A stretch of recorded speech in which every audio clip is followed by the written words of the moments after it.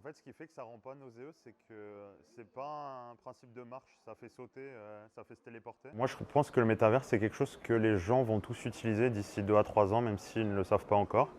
Il y a énormément d'avantages, par exemple, pour du tourisme. Si on n'a pas forcément les moyens d'aller visiter un pays à l'autre bout du monde, on peut le recréer en réalité virtuelle. Pour des personnes, par exemple, à mobilité réduite, c'est incroyable parce qu'il y a énormément, malheureusement, d'endroits qui ne sont pas accessibles pour ces gens-là.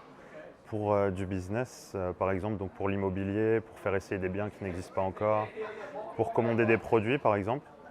On essaye d'intégrer vraiment beaucoup du e-commerce à l'intérieur du métaverse. Donc plutôt que d'aller sur Amazon et de lire une centaine d'avis positifs, négatifs, etc., on peut avoir l'objet en main, le tourner, etc. On peut le commander directement depuis le métaverse et il est livré à votre adresse physique.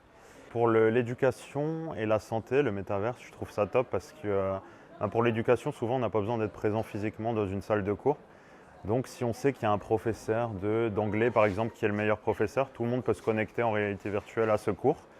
Et en fait, lui, en faisant une seule présentation, il peut toucher des millions de gens, éduquer des millions de gens.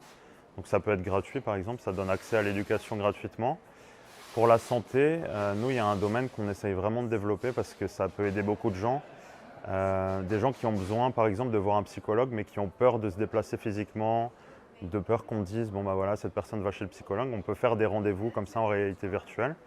Ça mimique à peu près l'expérience de la vraie vie sans tout le stress qui est autour de se déplacer physiquement. Pour l'environnement, si on veut pousser la chose un peu loin, ça évite pas mal de voyages, que ce soit en voiture, en avion, d'aller faire un rendez-vous, on n'a pas besoin d'être là physiquement, ou on pollue sur le chemin aller-retour, on peut le faire comme ça. Ou pour du tourisme, si on se dit à l'autre bout du monde, j'ai envie de voir cet endroit précisément, mais ce serait 16 heures d'avion, autant le faire dans le casque depuis le confort de son canapé.